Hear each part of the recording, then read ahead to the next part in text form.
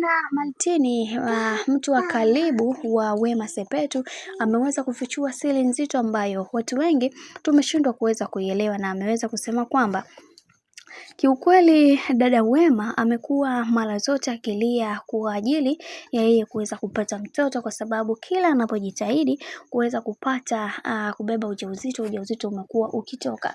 Na jambo ambalo lilisikitisha watu wote, mara kadha wa kadha alikuwa akiumwa, na mara nyingi amekuwa akiposti madawa kwenye mitandao ya kijamii. Kwa kipindi kile alikuwa anapitia changamoto kubwa sana ambayo haiwezi kuelezeka. Najua kuna baadhi ya watu wengi waliweza kuzungumza mambo mengi juu ya maisha yake kiujumla, na wengi wao waliweza kusema kwamba huenda huyu binti anatuekitia tu, hakuna chochote ambacho kinachoendelea kuhusiana na ugonjwa wake.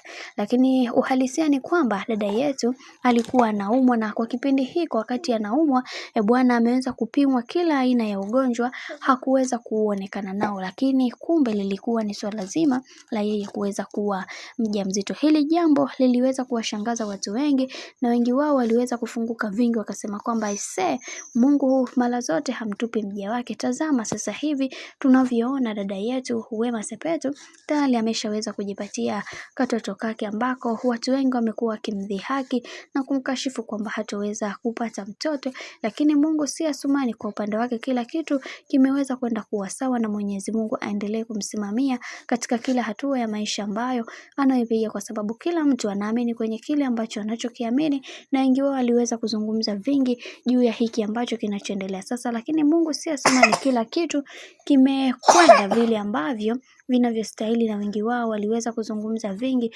wakisema kwamba wacha tuone mwisho wao itakuwaje. Lakini ndo kama hivyo, kadri siku zinavyozidi kwenda ndivyo mambo ambavyo yanavyozidi kupamba moto zaidi.